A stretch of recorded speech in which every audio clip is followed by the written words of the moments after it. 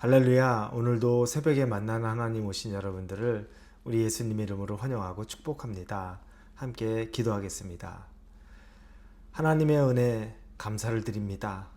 주님이 우리에게 주시는 이 수요일, 일주일의 한 절반 정도 온 지점입니다. 말씀으로 다시 일어나고 싶습니다. 흐릿해진 우리들의 마음, 하나님의 말씀으로 각인시켜 주시고 결단하게 힘을 주시고 또 하나님께서 우리에게 능력을 더하여 주시옵소서. 말씀에는 능력이 있어서 우리를 치유하기도 하고 우리를 변화시키고 또 우리를 하나님 앞으로 가까이 오게 만듭니다.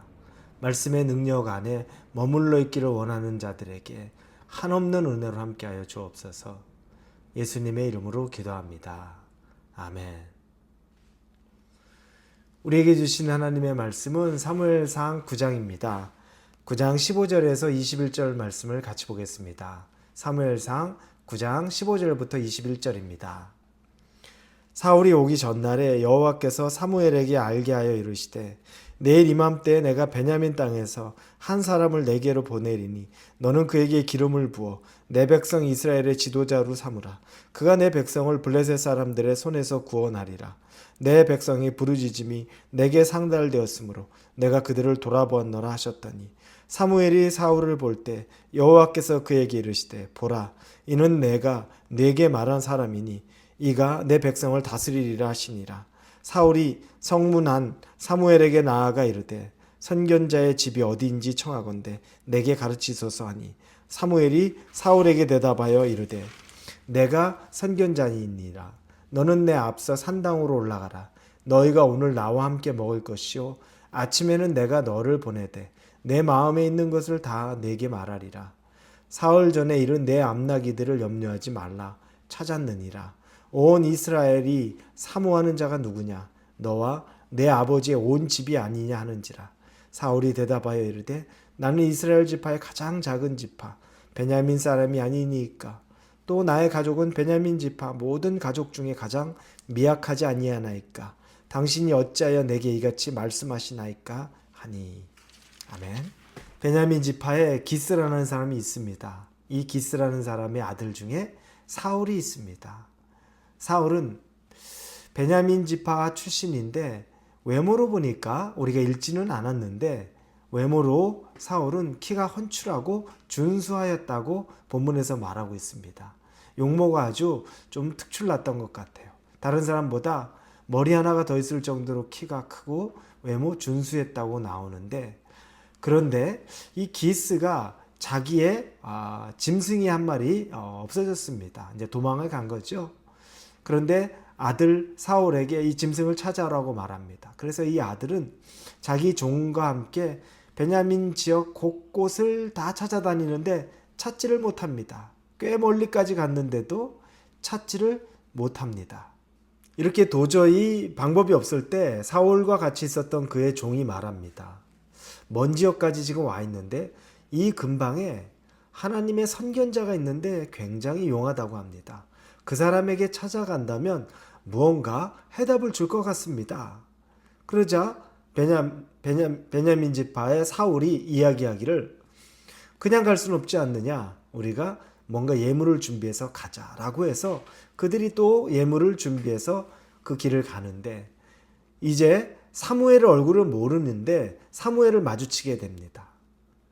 그래서 사무엘을 찾으러 왔습니다 라고 얘기하자 사무엘이 내가 그다 라고 얘기하는데 그런데 이미 하나님이 그 전날에 사무엘에게 나타나서 내일 베냐민 지파 사람 하나가 나타날 텐데 그를 이스라엘의 지도자로 삼으라 라고 말씀을 주셨습니다. 그가 곧 이스라엘의 초대 왕이 될 것이라는 하나님의 메시지가 하루 전에 사무엘에게는 이미 온 겁니다. 자, 이렇게 얼굴을 맞이했는데 근데 그때는 제사가 있는 산당으로 올라가는 길이었습니다. 사무엘이 사울에게 이야기합니다. 너도 같이 올라가서 우리 같이 식사를 하자라고 이야기합니다. 그러면서 사울에게 의미심장한 말을 합니다. 그것이 오늘 본문에 보니까 20절에 사흘 전에 이른 내 암나기들을 염려하지 말라. 찾았느니라. 온 이스라엘이 사모하는 자가 누구냐? 너와 내 아버지 온 집이 아니냐 하는지라. 너가 사흘 전에 잃어버렸던 그 짐승은 이미 내가 찾았다. 그러니까 다 알고 있다는 얘기죠. 그런데 너는, 그리고 너의 집안은 이스라엘이 사모하는 자다. 즉 왕을 달라고 말했는데 그 왕이 될 사람이라는 것을 이제 암시를 해주는 겁니다. 베냐민 지파의 사울이 이제 왕으로서 세워지기 직전의 단계죠. 기름 부음 받기 직전의 단계입니다. 그때 사울이 이 사무엘에게 말하는 장면이 21절입니다. 나는 이스라엘 지파의 가장 작은 지파 베냐민 사람이 아니니까 또 나의 가족은 베냐민 지파 모든 가족 중에 가장 미약하지 아니하나이까 당신이 어찌하여 내게 이같이 말씀하시니까 이렇게 말합니다. 베냐민 지파, 그리고 그 지파 안에서도 가장 작은 집안 중에 하나인데 이게 가당키나 하겠습니까? 라고 이야기하는 겁니다. 여러분, 하나님은 사울이 인물이 좋아서 키가 커서 그를 선택한 것이 아닙니다. 오히려 사울은 그 집안도 그 지파도 보잘것없는데 하나님이 선택한 겁니다. 우리 사사기 19장에 보면 베냐민 지파에 대한 이야기가 나옵니다. 레위인 중에 한 사람이 자기 첩을 데리고 집으로 가던 중에 이제 베냐민 지파의 동네에 들러서 하룻밤을 거하게 됩니다. 그런데 그 베냐민 지파 안에 있었던 그 지역 건달들이 이 레위인의 첩을 강간합니다. 그리고 나서 강간당하고서 그 첩이 죽었습니다. 시체를 토막내서 각 지파에 다 보내죠. 그리고 베냐민 지파와 나머지 11지파가 싸움을 하게 됩니다. 전쟁을 합니다.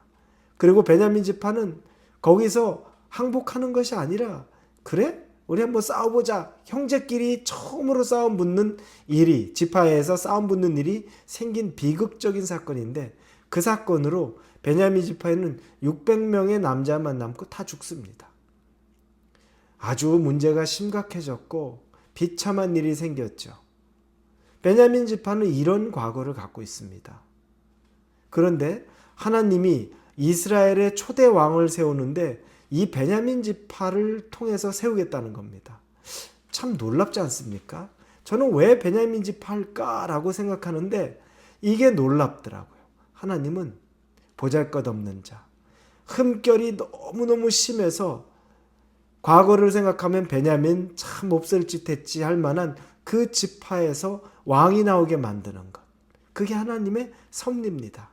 여러분의 과거나 여러분의 실패나 여러분의 죄악된 모습, 그거보다 더 중요한 것이 하나님이 여러분을 다시 돌아보고 여러분을 용서하고 여러분을 세우기를 원하면 그걸로 족한 겁니다.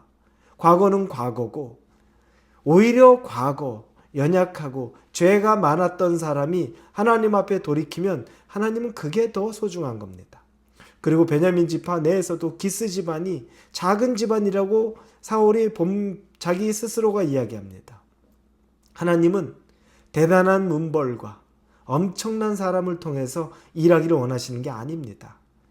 오히려 의도적으로 무능하고 능력 없고 작고 보잘것없는 그 사람을 통해서 하나님이 일하기를 원한다는 걸 보게 됩니다.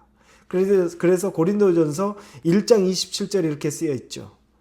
하나님께서 세상에 미련한 것들을 택하사 지혜 있는 자들을 부끄럽게 하려 하시고 세상에 약한 것들을 택하사 강한 것을 부끄럽게 하려 하시며 그 가장 작은 미미한 지파를 통해서 일하시고 오히려 큰 자들을 부끄럽게 할 만한 그렇게 세우겠다는 하나님의 의지를 봅니다. 참 이걸 보면서 힘을 얻습니다. 그래, 나는 죄인이고 정말 세상에서 난 보잘것없고 흠결 많지만 하나님이 인정해 주신다면, 오히려 하나님이 기회를 주신다면, 그리고 하나님은 그 기회를 주시고 내 지나간 추악한 것들을 기억하지도 않고 그것들을 하나님께서 잊어주시는 그 은혜가 얼마나 큰가 생각합니다. 여러분, 하나님이 이렇게 좋은 분입니다. 저와 여러분에게 하나님이 이렇게 좋은 분입니다. 그 좋은 하나님을 붙잡으십시오. 하나님에 대해 상처 있습니다. 하나님은 나에게 늘 좋은 것 주지 않았습니다. 라는 왜곡된 마음, 그거 말고 이렇게 좋은 하나님을 말씀을 통해 다시 찾으시고 힘을 얻고 여러분 안에서 하루를 승리할 수 있기를 예수님 이름으로 축원합니다. 기도합니다. 좋으신 하나님을 찬양합니다. 약한 자를 들어 사용하시는 하나님, 그래서 감사합니다. 우리가 약합니다. 그러나 하나님이 우리를 들어 쓰기를 원하실 때 우리가 쓰임받을 것으로 믿습니다. 감사드리며 예수님의 이름으로 기도합니다. 아멘.